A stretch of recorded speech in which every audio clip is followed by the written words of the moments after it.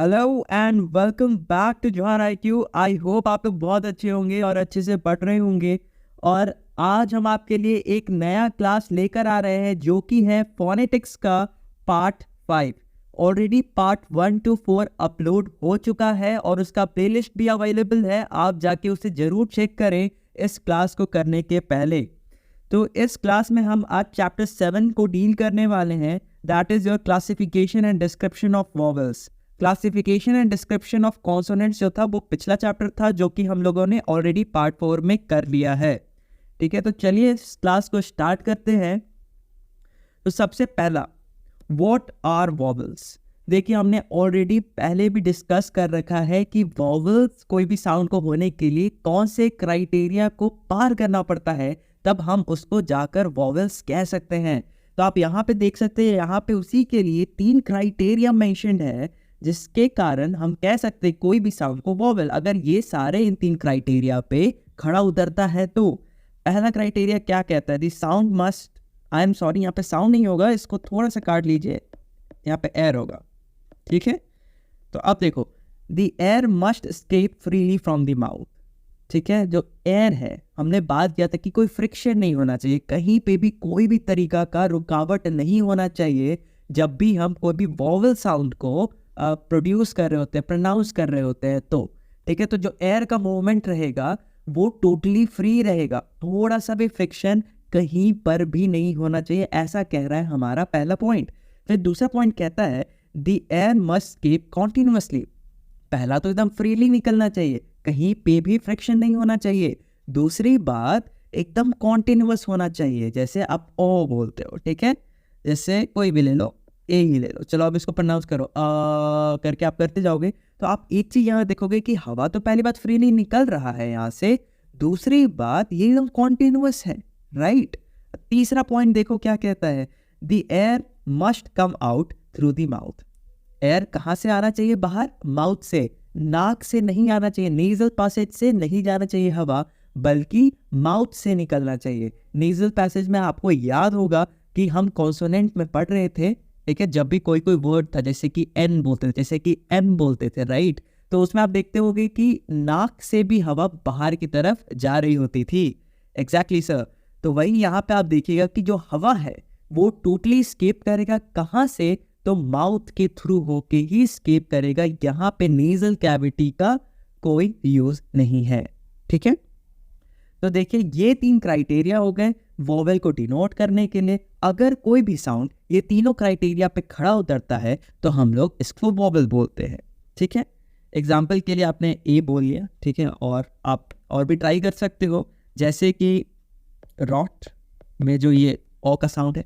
ठीक है, अब चलो आगे देखते हैं। वैसे आपको ऑलरेडी पता होगा ये जो वॉवल्स रहता है ना, हम लोग इसको और भी ज़्यादा डिवाइड करते हैं अच्छे से क्लासिफाई करने के लिए। जैसे कि जो प्योर वॉवल्स रहते हैं ना, इसको हम लोग बोलते हैं मोनोप्थोंग्स। याद होगा आपको, हमने पढ़ रखा है ऑलरेडी अपने पुराने क्लासेस में। फिर एक आपका डायप्थोंग्स भी रहता था, राइट। एंड उसी तरीका से यहाँ पे एक नया जो हमने पिछले क्लास में नहीं पढ़ा है, दैट इज ट्रिप्थोंग्स। ठीक है, उसको भी इस क्लास में देखेंगे कि आखिर ये सारे चीज़ हैं क्या। और हमें बेसिकली ये तो क्लासीफाई करना ही है कि कौन मोनोप्थोंग्स है, कौन डिप्थोंग्स है, कौन ट्राइप्थोंग्स है। ठीक है, लेकिन उसके साथ साथ भी कुछ और क्लासिफिकेशंस देखने हैं, जैसे कि हम लोगों ने कॉन्सोनेंट में देखा, और साथ साथ में हम लोग यहाँ पे 3 वर्ड डिस्क्रिप्शन भी देखने वाले हैं इस क्लास में। ठीक है, तो चलिए अब आगे चलते हैं। तो there are 3 criteria to describe the vowels precisely. Part of the tongue use. अब देखो कौन कौन सा क्राइटेरिया, अब कोई भी वॉवेल को क्लासीफाई करने के लिए, डिफाइन करने के लिए हमने पहले देखा, अब क्लासीफाई करने के लिए हम लोग कौन कौन सा क्राइटेरिया यूज करेंगे। ठीक है, तो सबसे पहले देखना है कि कौन सा पार्ट टंग का यूज हो रहा है। ठीक है, कौन सा पार्ट टंग का यूज हो रहा है। अब देखो यहाँ पे 3 पार्ट यूज होंगे टंग का।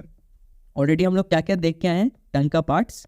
तो अगर ये टंग है हमारा, उसको और नीचे तक थोड़ा सा एक्सटेंड कर देते हैं तब अच्छा बन जाएगा। तो ये वाला जो पार्ट रहता था इसको हम लोग टिप बोलते थे। कलर चेंज कर लेता हूँ। उसके बाद यहाँ पे आ जाता था आपका ब्लेड। ठीक है, उसके बाद फिर आता था फ्रंट, फिर आप देखोगे यहाँ पे सेंटर, फिर यहाँ पे आता था बैक, फिर ये नीचे वाला हिस्सा को हम लोग बोल देते हैं रूट। ये टंग का डिफरेंट पार्ट्स है। तो इसमें से मैं बता रहा हूँ आपको, यहाँ पे आपको टिप का ज़रूरत नहीं पड़ेगा, यहाँ पे आपको ब्लेड का भी ज़रूरत नहीं पड़ेगा, और ना ही आपको यहाँ पे रूट का ज़रूरत पड़ेगा। तो जो हमारे लिए इम्पॉर्टेंट है इस क्लास में, that is your front, your centre and your back. तो ये 3 पार्ट जो हैं टंग के, ये यूज़ होते हैं वॉवल को प्रोड्यूस करने के लिए। तो हम लोग इन 3 पार्ट को अच्छे से देखेंगे। तो part of the tongue use, कौन सा पार्ट यूज होगा टंग में, ठीक है। तो अब हम यहाँ देखते हैं अपना second point, that is the height to which the tongue is raised. अब टंग किस हाइट तक रेज होता है, आपको ऑलरेडी पता है कि हम लोग अराउंड 20 वॉवल साउंड्स निकालते हैं मोनोफथोंग्स और डायफथोंग्स को मिलाकर, है कि नहीं, जिसमें से जो 12 साउंड्स हैं दैट आर मोनोफथोंग्स एंड जो 8 साउंड हैं वो डायफथोंग्स हैं, राइट। ये हमें ऑलरेडी पता है। तो अब आप यहाँ पे देखोगे जो टंग है, पहली बात तो हमने देखा कि कौन कौन सा पार्ट यूज होगा एज एक्टिव आर्टिकुलेटर। दूसरी बात हमें ये देखना है कि टंग किस हाइट तक रेज होगा, ठीक है। इसको भी हम लोग आगे और अच्छे से डिस्कस करेंगे। चलिए आगे देखते हैं the position of the lips. तो लिप्स का पोजीशन क्या होने वाला है, ठीक है। अगर मैं आपको बोलूँ ओ बोलने के लिए तो आप बोलोगे ओ, राइट। तो आप देखोगे आपके जो लिप्स हो रहे हैं ना वो राउंडेड फॉर्म में आ रहे हैं, है कि नहीं। वही हम आपको ई बोलने बोले तो आप देखोगे जो आपका लिप्स है वो थोड़ा स्प्रेड है, ठीक है, नॉर्मल है, ऐसा कोई राउंडेड फॉर्म नहीं है। तो राउंडेड एंड अनराउंडेड फॉर्म में हम लोग लिप्स को भी डिवाइड करेंगे। तो ऐसे हमें पता चल जाएगा कि ये 3 क्राइटेरिया को भी हमें पार करना पड़ेगा कोई भी वॉवेल को क्लासीफाई करने के लिए, है कि नहीं। तो चलिए देखते हैं, ऐसे छोटा सा चैप्टर होने वाले। The part of the tongue used, tongue is an active articulator, और इसमें हम लोग कौन कौन सा पार्ट यूज करने वाले, तो front of the tongue, back of the tongue and centre of the tongue, right. तो अब ये 3 तो हमारे हो गए एक्टिव आर्टिकुलेटर, एंड उसी के कॉरेस्पॉन्डिंग में कुछ पैसिव आर्टिकुलेटर्स भी होंगे ना। तो कुछ पैसिव आर्टिकुलेटर्स के लिए अब देख लो, जैसे ही फ्रंट के अपोजिट में आपको मिल जाएगा हार्ड पैलेट, ठीक है, उसी तरीका से बैक के अपोजिट में आपको मिल जाएगा सॉफ्ट पैलेट, एंड उसी के साथ सेंटर के लिए आपको मिल जाएगा हार्ड पैलेट और सॉफ्ट पैलेट के बीच वाला हिस्सा, ठीक है। तो ये 3 हो गए आपके पैसिव आर्टिकुलेटर्स, एंड जो फ्रंट है, बैक है, सेंटर है, ये आपके एक्टिव आर्टिकुलेटर्स हो गए।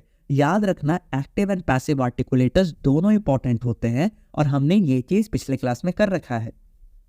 नाउ सी, आगे चलते हैं। According to the part of tongue used during the articulation of vowels, they are classified into 3, ठीक है। अब कौन सा पार्ट टंग का यूज हो रहा है उस हिसाब से हम लोग वॉवल को 3 हिस्सा में डिवाइड करते हैं। जैसे कि ए कह रहा है फ्रंट वॉवल, बताओ हम लोग कौन सा पार्ट यहाँ पे टंग का यूज कर रहे होंगे, तो yes sir, we would be using the front part of the tongue, exactly. When front of the tongue is raised towards the hard palate, it forms a gap enough wide to form a frictionless sound, ठीक है। तो जब हम लोग front अपना use कर रहे होंगे, एंड किसके अगेंस्ट में है, याद रखना पैसिव आर्टिकुलेटर आपका यहाँ पे हार्ड पैलेट है, ठीक है। तो एक गैप बनेगा जिससे फ्री फ्लो ऑफ एयर होगा, है कि नहीं। तो इसको बोलते हैं हम लोग फ्रंट वॉबल। तो इसका कुछ एग्जाम्पल भी देख लेना चाहिए, है कि नहीं। तो चलिए इसका कुछ एग्जाम्पल देखते हैं, जैसे कि सीन, राइट। तो सीन में आप यहाँ पे देख सकते हैं ये जो साउंड आपका आ रहा है ई का, ठीक है, ये जो एक्सटेंड हो रहा है ये वाला सीन, तो ये जो ई का साउंड है exactly sir, that is your front vowel. आपका जो फ्रंट ऑफ द टंग है वो हार्ड पैलेट के अगेंस्ट में यूज हो रहा है, and we are producing the sound, ठीक है। एक और एग्जाम्पल देखते हैं, फॉर एग्जाम्पल सिट। ये तो सीन हो गया, अब हम देख रहे हैं सिट। तो यहाँ पे ये जो साउंड यूज हो रहा है बड़े वाले आई का, किसके लिए होता था, याद करो, ई के लिए, एग्जैक्टली राइट। तो ये जो सिट वाला साउंड भी है, तो हम लोग भी इसको फ्रंट वॉवल में यूज करते हैं, ठीक है।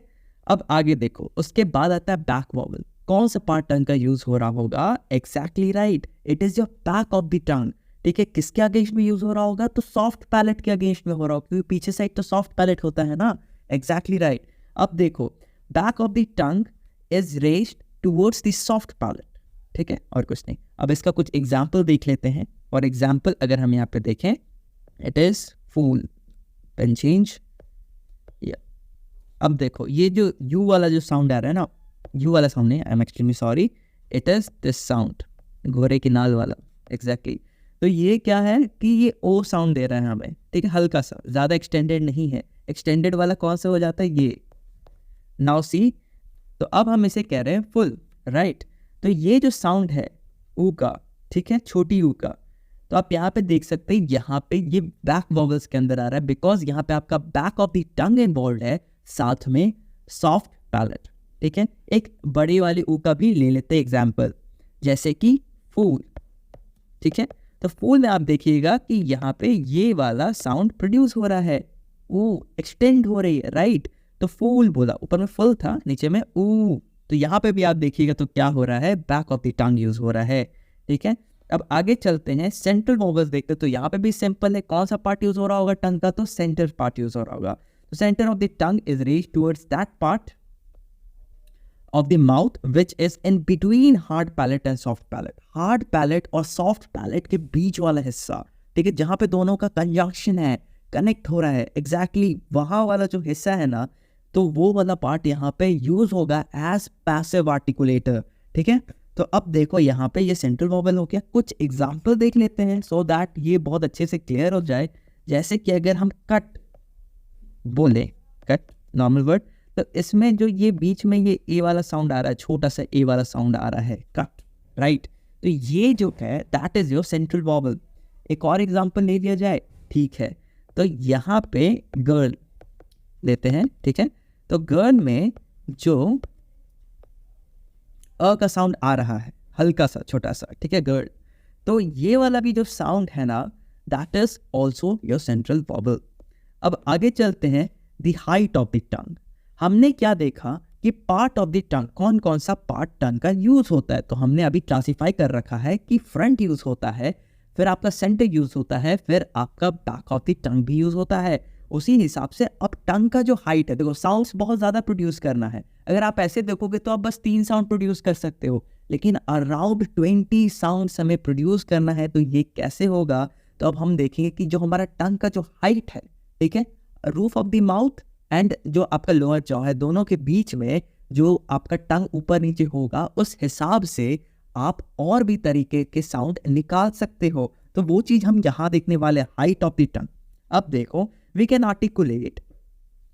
articulate different vowels with the same active and passive articulators by raising the active articulator toward the passive articulator to different heights। Same चीज जो मैंने अभी बताया। फॉर एग्जाम्पल आप यहाँ पर देखें इस फोटो में, तो आप देखोगे कि जो गैप है दोनों के बीच में वो बहुत ज़्यादा है। सॉफ्ट पैलेट और बैक ऑफ द टंग के बीच में जो गैप है, मतलब टंग और जो पैलेट है उसके बीच में जो गैप है वो बहुत ज़्यादा है।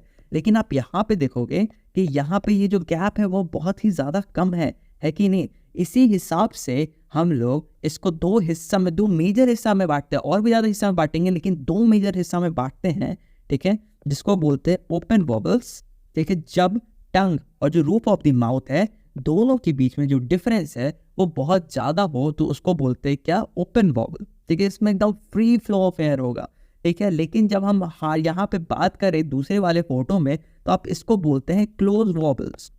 क्यों? क्योंकि माउथ देखो यहाँ पे क्लोज हो रहा है, लेकिन तब भी यहाँ पे फ्रिक्शनलेस साउंड जा रहा है, तभी ये वॉबल हो सकता है, राइट। तो यहाँ पे अभी भी ना फ्रिक्शनलेस हवा जा रहा है, लेकिन इसको हम लोग क्या बोलेंगे, तो क्लोज वॉबल्स बोलेंगे, ठीक है, जो कि हम यहाँ पे देखने वाले हैं। The concept of open and close वॉबल्स। The tongue lies farther away from the roof which creates a very wide gap for free flow of air, ठीक है, समझ गए, फोटो में भी देख लिए। अब आगे देखो, close vowel. The tongue is placed very close to the roof of the mouth, but the gap is enough for the free flow of air होना चाहिए, फ्री स्केप ऑफ एयर जो भी है, ठीक है। तो अब देखिए, तो यहाँ पे आप देखोगे कि यहाँ पे जो गैप है ना वो बहुत ज़्यादा कम कर दिया गया है, बट स्टिल आप यहाँ पे देख सकते हो जो एयर का फ्री फ्लो है ना वो हो सकता है आराम से। Now moving forward, according to the height of the tongue the vowels can be classified into the following। मैंने बोला था ना कि और भी ज़्यादा हिस्सों में बटेंगे। इसमें से क्लोज वॉवल जो है हमने पढ़ लिया, ठीक है, ओपन वॉवल्स जो है वो भी हमने पढ़ लिया। अब देखो साउंड्स बहुत सारा है। अभी भी हमने 3 हिस्सा पढ़ा था टंग का जो यूज़ होता है, और हमने पढ़ा कि 2 हाइट है टंग का जो यूज़ कर सकते हैं। ऐसे देखोगे तो अराउंड 6 टोटल साउंड्स आप निकाल सकते हो, लेकिन हमें और भी ज़्यादा साउंड निकालना है कि नहीं। तो अब देखो यहाँ पे हम ला रहे हैं हाफ क्लोज वॉबल्स। अब बोलोगे सर हाफ क्लोज वॉबल क्या होता है? कभी कभी आप यहाँ पे देखोगे जो टंग होता है ना वो इस लेवल पे भी रेज्ड रहता है, कभी कदर आप देखोगे जो टंग है ना वो इस लेवल पे भी रेज्ड रहेगा, ठीक है। तो जब ये हाफ क्लोज वॉवल मैं कह रहा हूँ तो मैं यहाँ पे इस वाले पोर्शन का बात कर रहा हूँ, ठीक है। जब टंग थोड़ा सा ऊपर की तरफ रहेगा और ऊपर नीचे का जो गैप है वो बहुत कम रहेगा, तो उसको मैं हाफ क्लोज बोल रहा हूँ, ठीक है। उसी हिसाब से अगर आप देखो तो यहाँ पे ये जो नीचे वाला हिस्सा है ना ये ये हाफ ओपन वाला साउंड आएगा यहाँ पे, ठीक है। हाफ ओपन क्यों? बिकॉज ये हाफ क्लोज और ओपन के बीच में लाइक करता है, ठीक है। तो ये दो एक्स्ट्रा भी हम लोग यहाँ पे मार्क करके चलते हैं। एंड एक और मैं आपको बात बता दूं, यहाँ पे फैक्ट भी लिखा हुआ है, no vowel in English is a half close और हाफ ओपन वॉवल। अगले चैप्टर में जब हम देखेंगे कि साउंड कैसे हम लोग अपने कोई भी स्पीच में इंक्लूड करते हैं तो वहाँ पे और अच्छे से ये बात क्लियर होगी। लेकिन आपको पहले मैं बता दूं हाफ क्लोज और हाफ ओपन वॉवल जो है वो इंग्लिश में नहीं है, याद रखना, फैक्ट है, गलती मत करना, याद कर लो इस चीज़ को। अब आप बोलोगे तब हाफ ओपन और हाफ क्लोज वॉवल क्यों हम लोग पढ़ रहे हैं? तो देखो और भी बहुत सारे लैंग्वेजेस हैं तो उसमें भी तो ये यूज़ होता होगा। प्लस देखो यहाँ पे exactly half close and half open use नहीं होता, लेकिन अब उसके भी बीच में कहीं पे वॉवल पे यूज़ होगा, ठीक है। तो अब आप समझ लेना उसके बीच वाले हाइट भी यूज़ कर रहे हैं, तो हमें पढ़ना ये चीज़ नेसेसरी है। नाउ सी यहाँ पे आप कुछ फोटोज आएंगी लाइन से, आप देखते जाओ and let's classify it also. तो यहाँ पे जो ये 1 2 3 4 आप देख रहे हो, यहाँ पे front open, front close, front half open and front half close, ये 4 हिस्सा मार्क्ड है, आप इस फोटो में देख सकते हो, ठीक है। ये फ्रंट के लिए यूज हो रहा है, यहाँ पे मैं लिख देता हूँ फ्रंट ऑफ द टंग, ठीक है। अब नेक्स्ट फोटो अगर आप देखो तो यहाँ पे हम लोग centre of the tongue use करें, क्या यूज करें? सेंटर ऑफ द टंग। तो आप यहाँ पे देख सकते हो तो सेंटर में टोटली क्लोज भी है, सेंटर में ओपन भी है टोटली, और बीच वाला भी half open and half close. तो इसी हिसाब से हम लोग बैक ऑफ द टंग को भी डिवाइड करेंगे। तो यहाँ पे आप ये लास्ट के 8 7 एंड 6 5 देख सकते हो, ये सारे जो हैं ये बैक के लिए 4 हिस्सा, ठीक है। इसमें बैक का भी हाफ क्लोज होगा, हाफ ओपन होगा, प्लस क्लोज एंड ओपन, ठीक है। I hope it is clear now. अब देखो यहीं से हम स्टार्ट करेंगे अपना एक नया कंसेप्ट, वो मैं आपको फोटो के थ्रू ही बताते जाऊंगा, लेकिन अब यहाँ से कुछ नया हम लोग कर रहे हैं। अब आप देख रहे हो यहाँ पे बहुत सारे डॉट्स हो गए हैं, ठीक है। अब हमें इसे याद भी करना है। अब कैसे याद करें, ये एक बहुत ही बड़ा प्रॉब्लम है कि नहीं? हम लोग भी याद करेंगे इस चीज़ को, ठीक है। कैसे याद करेंगे वो देखते हैं।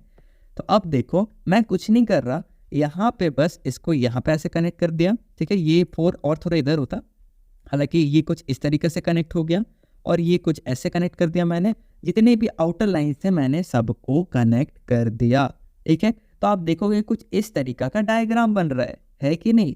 अब देखो इसी हिसाब से देखो जैसा मैंने बताया वैसा ही हो गया। लेकिन अब फोनेटिशियंस लोगों ने क्या किया कि उन्होंने इसी चीज को, देखो अभी जो शेप है उसको आप पढ़ पाओगे, बता पाओगे क्या कि कौन सा शेप है? तो आप बोलोगे नहीं, कोई भी इरेग्युलर सा शेप है, ठीक है। लेकिन अगर हम लोग इसके जो कॉर्नर्स हैं उसको थोड़ा सा चिजल्ड बना दें तो आप देखोगे एक रोम्बस टाइप का शेप बन रहा है कि नहीं?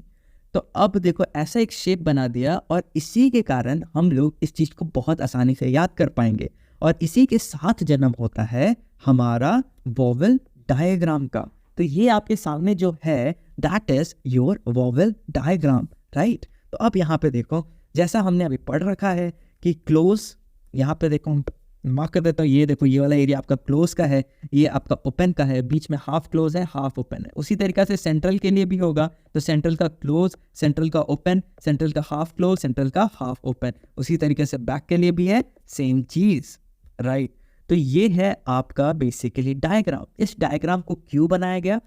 सो that we can easily learn and describe the vowels, ठीक है। ऐसे तो बहुत टफ हो जाता है ना बताना, आप ही सोच के देखो कि किस हाइट पे रेस कर रहे हैं, कहाँ रेस कर रहा हूँ, ये बहुत दिक्कत वाली बात थी।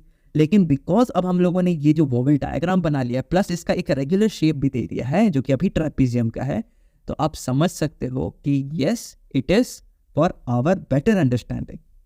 तो देखो यहाँ पे लिखा हुआ भी है, the vowel diagram is a shape design by phoneticians to make it easy for teaching purpose. All the vowels of all the languages lie between them, and thus it makes it easy to classify any vowel from any language, ठीक है। अब देखो the position of the lips, हमने दो part already cover कर लिया।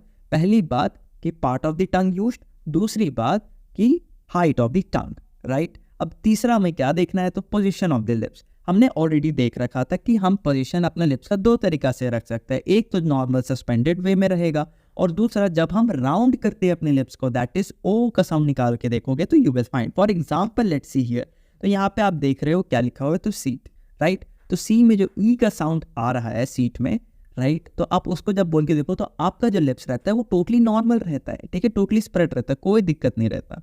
जैसे आप बोलो पार्ट, तो इसमें जो अ का साउंड आ रहा है, तो यहाँ पे भी आप देखोगे इस जो आपका ये है लिप्स है वो भी अनराउंडेड रहता है, ठीक है। लेकिन जब मैं बोलूँ मून बोल के देखो एक बार, तो जब आप मून बोलोगे ना, तो यहाँ पे जो साउंड है, जो बड़ी ऊ की साउंड आ रही है, ठीक है, तो वो जो है आपके होठों को गोल कर देगा, ठीक है। यहाँ पे हम लोग राउंडेड वॉवल्स का यूज करते हैं, ठीक है। According to the position of the lips we divide vowels into two categories for descriptional convenience, जैसे कि अनराउंडेड एंड राउंडेड, ठीक है। इतना ही जानना था, कुछ खास था नहीं इसमें।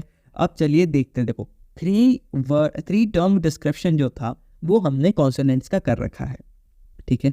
तो वॉवल्स का भी करना तो बनता है ना, तो इसीलिए यहाँ पे भी हम लोग थ्री टर्म डिस्क्रिप्शन पढ़ेंगे, किसका, तो वॉवल्स का, ठीक है। तो इसके लिए भी ऑब्वियसली हम लोग यहाँ पे तीन लाइन को ड्रॉ कर देंगे, पहला लाइन, दूसरा लाइन और ये तीसरा लाइन। तो पहले लाइन में क्या यूज करते हैं, तो जो चीज़ हमने सबसे पहले पढ़ा, it is part of the tongue. कौन सा पार्ट आप यूज करो टंग का, that is front, that is your centre, that is your back. तीनों में से एक चीज यहाँ पे लिखा दिया जाएगा। दूसरी बात यहाँ पे हम लोग यूज करने वाले हैं, that is your height of the टंग। यही पढ़ रखा था ना हमने, हाइट ऑफ द टंग। तो अब देखो, जब हाइट ऑफ द टंग है, ठीक है, तो क्या क्या हाइट आ सकता है, या तो क्लोज है या ओपन है, प्लस और यहाँ पे दो और हाइट आ रहा है कि नहीं। कौन कौन सा हाइट है, half close and half open. Very good. Now see position of lips, फिर हम देखेंगे कि कौन सा पोजीशन लिप्स का यूज करना है कि नहीं। तो पोजीशन ऑफ लिप्स बताओ यहाँ पे क्या क्या रहेगा, एक साथ में बोलना, एक रहेगा राउंडेड, एक रहेगा अनराउंडेड। तो यहाँ पे तीन जगह को आपको सिंपली फिल कर देना है, ठीक है। पहला में पार्ट ऑफ द टंग, दूसरा में हाइट ऑफ द टंग और तीसरा में position of the lips, and then you will get your three term description, है कि नहीं। Very easy, exactly. For example अगर हम लोग देखें तो सबसे पहले लिखा हुआ है फ्रंट क्लोज अनराउंडेड वॉबल। तो यहाँ पे हम देखें, कलर चेंज कर लेते हैं, तो फ्रंट क्लोज अनराउंडेड वॉबल, समझ में आ रहा है। और ये किसका डिस्क्रिप्शन है, तो आप देख सकते हैं ये इस साउंड का डिस्क्रिप्शन है। ये आपको देगा ई, जो एलोंगेटेड ई है ना, एक्सटेंडेड ई, उसका साउंड देगा। तो it is front close unrounded vowel. अब देखो यहाँ पे एक थोड़ा सा हल्का सा ट्विस्ट, ठीक है। वो कैसा ट्विस्ट है वो हम पहले एक एग्जांपल देखेंगे उसके बाद। अब आपने देखा जो हाइट ऑफ द टंग है वो सेकंड नंबर पे होता है। कभी कदार मैं बता दूं, जो हाइट ऑफ द टंग है वो हम लोग थर्ड नंबर पे भी यूज करते हैं।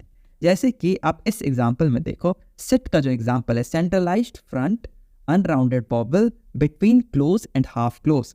अब जब भी ये हाफ क्लोज और ये हाफ ओपन वाला किस्सा आएगा, याद रखना ये जो आपका डिस्क्रिप्शन है, ठीक है, ये इंटरचेंज हो जाएगा।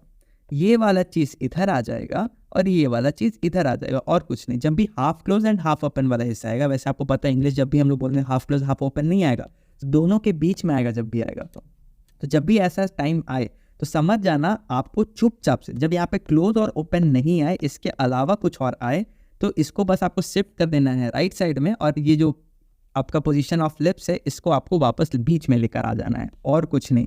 यही चीज़ यहाँ पे भी हो रहा है, centralised front, that is your front of the टंग, ठीक है। अब देखो साथ में अनराउंडेड वॉबल, ठीक है। फिर क्या यूज कर लिया हम लोगों ने, लिप का पोजीशन, तो अनराउंडेड वॉबल है, fine, between close and half close. कहाँ पे, मतलब टॉप वाले रीजन में होगा, हाफ क्लोज और क्लोज बीच का रीजन में, ठीक है। तो इसीलिए यहाँ पे ये ऊपर नीचे हो गया। इसी तरीके से बाकी का भी एग्जाम्पल दिया हुआ है, जैसे कि यहाँ पे हम लोग एक दो एग्जाम्पल देख लेते हैं। ये लिखा हुआ है लास्ट, है कि नहीं। तो लास्ट में देखोगे तो बैक ओपन अनराउंडेड वॉबल, क्या है, बैक ओपन अनराउंडेड वॉबल। कहाँ से यूज हो रहा है, तो बैक। ओपन है, मतलब कि वो टोटली टंग का जो हाइट है वो लोअर्ड है, ठीक है, एंड अनराउंडेड वॉवल है। कैसा वॉवल है? तो अनराउंडेड है। लिप्स का क्या यूज हो रहा है? It is not rounded, it is totally at the firm position. Now see, अगर हम लोग यहाँ पे वही लास्ट की बात करें, जो अ साउंड है उसकी बात करें, तो आप देखोगे तो back rounded vowel just above the open position, ठीक है, बैक राउंडेड, बैक यूज कर लिया। फिर क्या यूज किया? जो थर्ड नंबर पे यूज कर रहे थे वो हमने यूज कर लिया, ठीक है। और अब हम उसके बाद बताएंगे कि इसका हाइट क्या है। तो आप समझ जाना, जब भी ऐसा सिचुएशन हो, हाफ क्लोज हाफ ओपन वाला सिचुएशन आ रहा है, तो उसको हम लोग पीछे कर देंगे, थर्ड नंबर पे ले चले जाएंगे, ठीक है। तो ये हल्का सा छोटा सा ट्विस्ट है जिसका ध्यान रखना है जब भी आप यहाँ पे 3 टर्म डिस्क्रिप्शन बना रहे हो। तो साथ में आप देखो यहाँ पे प्योर वॉवल्स एंड डिप्थोंग्स क्या होता है। प्योर वॉवल्स को समझने के पहले सबसे पहले एक एग्जाम्पल ले लेते हैं, सोच दैट हम लोग का जो समझना हो वो बहुत ईजी हो जाए। तो यहाँ पे मैंने एक वर्ड लिखा सी, राइट। अब मैं आपको बोलता हूँ चलो इसको प्रोनाउंस करो। कहा है कैसे प्रोनाउंस करना? ऐसा लंबा एक्सटेंड करके, जो वोवेल वाला साउंड है उसको एक्सटेंड करना है, ठीक है। तो आप बोलोगे क्या? सी, ऐसे करके साउंड आएगा and it will go on, right, continuous रहेगा, है कि नहीं। तो यहाँ पे देखो, when we extend the vowels as much as we can and there is no change in it sound, ठीक है, वो जो साउंड है उसमें कुछ ऊपर नीचे नहीं हो रहा है, वैसे साउंड को हम लोग बोलते हैं प्योर वॉवल्स। क्या बोलते हैं उसको? प्योर वॉवल्स बोलते हैं, या मोनोप्थॉन्ग्स बोलते हैं, और क्या बोलते हैं? मोनोप्थॉन्ग्स बोलते हैं। When we extend some sounds, we notice change in sound. Such vowels are called complex vowels or vowels glide or diphthong. मैं आपको यहाँ पे बोलता हूँ एक टर्म बोलो, दैट इज हाई। अब इसको कंटिन्यूस बोलना है आपको, और जो वॉवल वाला पार्ट है ना उसको एक्सटेंड भी करना है। तो आप क्या बोलोगे? हाई, ठीक है। आप एक चीज देखोगे कि जो वॉवल वाला पार्ट है ना, आप उसको कॉन्टिन्यूअस एक ही जैसा नहीं बोल पाए। वहां पे आप देखोगे कि थोड़ा सा ऊपर नीचे हो रहा है, थोड़ा सा आपका टंग जो है ना, टंग जीभ जो है आपकी, वो थोड़ा सा ग्लाइड कर रही है, ऊपर नीचे हो रहा है कि नहीं, जब आप वॉवल प्रोनाउंस कर रहे हो। तो ऐसे जो भी हो वॉवल्स हो, इनको हम लोग बोलते हैं डिप्थोंग्स। क्या बोलते हैं? डिप्थोंग्स या कॉम्प्लेक्स वॉवल्स। ऐसा क्यों? बिकॉज यहाँ पे आप देखोगे कि दो वॉवल्स का मिक्सचर आपको यहाँ पे दिख जाएगा, ठीक है। तो अब जैसे कि हाई हम लोग बोल रहे थे, ठीक है, तो इसमें अगर हम लोग साउंड देखें तो साउंड कौन सा यूज हो रहा है? तो ए का साउंड आ रहा है, ठीक है, प्लस ये बड़ा वाला आई का साउंड आ रहा है। तो आप जब हाई आप बोल रहे हो तो पहले तो ए वाला प्रोनाउंसिएशन करते हैं, फिर हम लोग आई वाले प्रोनाउंसिएशन पे चले जाते हैं, एंड उसके बाद ही आप यहाँ पे देख पाओगे जो यहाँ पे शिफ्ट हो रहा है साउंड का, क्या? हाई। तो आप एक ही नए में नहीं बोल सकते, जैसे कि आप सी को ऐसे एक साथ बोल सकते थे, हाई में यहाँ पे थोड़ा सा चेंज आ जा रहा है साउंड का, है कि नहीं? एग्जैक्टली सर, तो यही चीज़ है, तो इसको हम लोग डिप्थोंग बोलते हैं। टोटल कितने डिप्थोंग होते हैं कमेंट्स में जरूर बताइएगा, मैंने स्टार्टिंग ऑफ द वीडियो में भी बता रखा है।